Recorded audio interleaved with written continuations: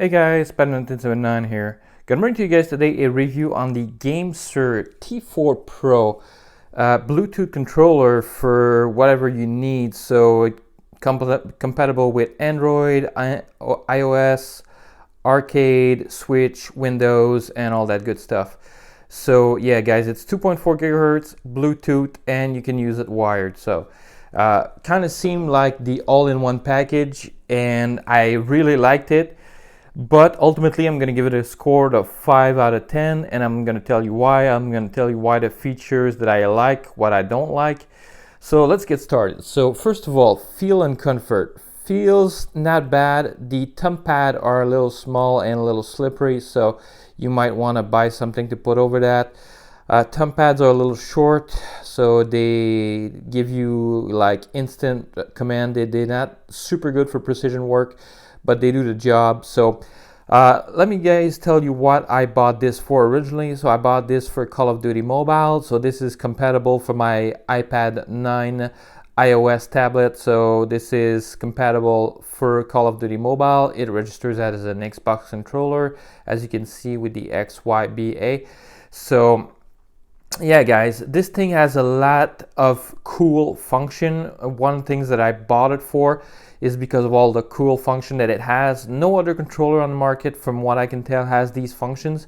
So you have shoulder triggers on the back here, M1, M2, M3, M4. So yeah guys, little tab on the back that you can use, and you have 4 of them. So well, 2 buttons that you can push different orientation, different ways to get yourself some controls. But one of the fun thing is that those back buttons here, guys, you can reprogram to do multiple things at once. So what is fun about that is if you press select and you press the back button, then you press 2 buttons that you want to have in succession. So you press that one here and you just press the 2 buttons. Let's say on Call of Duty Mobile, to activate your ability, you need to press these 2 buttons on top. Well, you would select the paddle that you want, then you press the paddle again to confirm it, and you're in business. So now you just press 1 button on the back here. So let's say you program this one and click. It does like 2 press at once, and it activate your ability. You could also do combination buttons in sequence. So if you want to jump and slide, or just jump and shoot and just in 1 button, or crouch and shoot, so drop shot, you can program that too on 1 button. So you could do 1 button to do multiple action in sequence or together. So let's say, like I said, jump and slide, you can program that. So you press that button, you press your trigger that you want, you press then this one, and you confirm it, and then when you press it, it's gonna do AX, AX, AX all the time. So you're gonna do some jumping and sliding and like non-stop. So that's fun about that, guys. Well, you need to press it multiple times. It's not like turbo. And you have a turbo function, but the turbo function doesn't work for the back button, so you can't program this to be a turbo function. So the turbo function is pretty simple. All you need to do is press the button that you want, then the turbo, then it activates, and then you just do it again to cancel it. So turbo function for different games might be useful, but for a shooter, unless you're using a pistol or something and you want to program your trigger button to shoot full auto with the pistol, it's gonna work, but I like to have more control and just manually shoot. And when you're shooting an auto rifle, it doesn't make much sense to use the turbo. So guys, yeah, this thing has some features that the Xbox Elite controller I wish it had. If you can program multiple buttons and remap your button and do 2-3 operation for 1 press of the button at a time, that would be like super Gucci, guys. It would be like for the Xbox Elite. I hope the Series 3 has a function like this where you can program multiple buttons to do 1 action, or 2 buttons in sequence to do 1 action. That would be like, guys, that would be so much better. So for Call of Duty Mobile, they don't allow you to reprogram your button on the app itself, so you're stuck with the basic control that they give you, which is bitchy. So on that note, that's why I got this controller originally, because I wanted back button to be able to let's say the jumping and crouching, instead of moving your thumb away, so when you're sliding you need to move your thumb away, then come back to your joystick, then you can just press and slide while you're on the back and just slide around and just be able to keep your thumbs on your joystick. So I'm gonna show you guys a quick demonstration. So I'm gonna plug in Call of Duty Mobile right now and just show you guys that it works with Call of Duty Mobile. So let me open it up. Let me take that off here. I'm just gonna take my little stick here and just take it off. So how do I, you know what? I'll just place it like that. You guys will see. Perfect. So hopefully this is plugged in right now. So let me just finish loading this up and make sure I press all the buttons for all the stuff. This is the Snoop Dogg Grog, guys. Snoop Dogg is in Call of Duty Mobile. Yes, sir. All right, so let's go multiplayer. Let's do like a practice training range, and this should be good enough. Practice mode. So hopefully this will work. All right, select, and yes, look, I have full control here. So you get your ADS, and you can shoot, you can jump, you can crouch, you can reload, you can do all that crap. So you see, guys, full control. So like I said, the back button you can reprogram to jump. Let's say I have this one reprogrammed to jump on the back, and you can jump and while keeping your fingers on your trigger. And this one is programmed the same, this one's programmed the same. So yeah, guys, so for reprogramming, all you have to do is press the button that you want to reprogram. So let's say I want to reprogram this one, so I'm going to press it at the same time, press X, press this one, and no, I think I have to leave it for a little bit.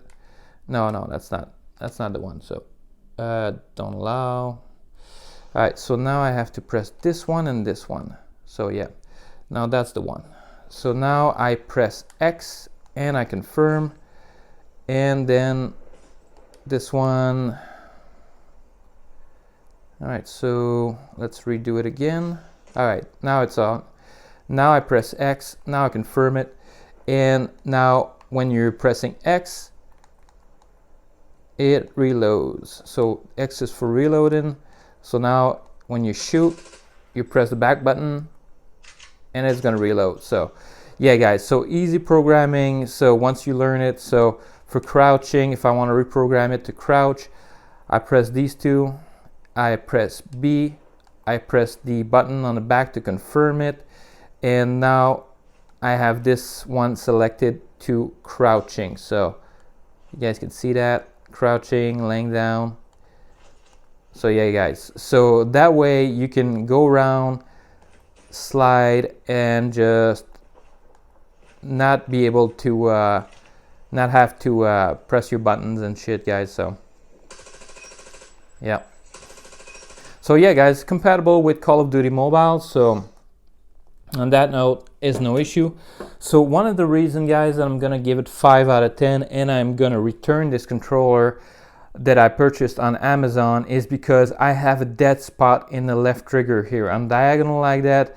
When I slide it up, I don't have the feel, it doesn't register, so I have a dead spot. So after 20 days of playing with it, I already have a dead spot on the controller here. So let's say you're in a car and you want to turn left, it's not going to turn left when you're jumping and going in a car. So it is a good controller. If you have this controller and you have it for multiple months and you're playing with it and everything is fine, you don't have any issue, please leave in the comment below.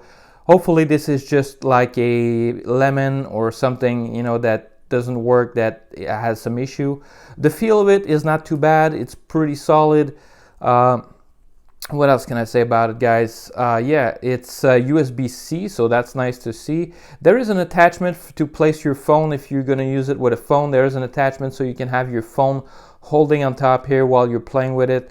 So that's another feature. But yeah, I mostly got it for playing Call of Duty Mobile on the iPad, and it works for that. One of the only thing I want to talk about is that this is using Bluetooth 4.0. So I have my friend's house and I go over to his house occasionally, and I brought the controller and we're playing. And guys, his house is close to a communication tower, and this thing with the Bluetooth 4.0, if you have a lot of signal interference or a lot of Wi-Fi connected device and stuff like that, this was unusable, guys. This had so much delay and it was like unplayable.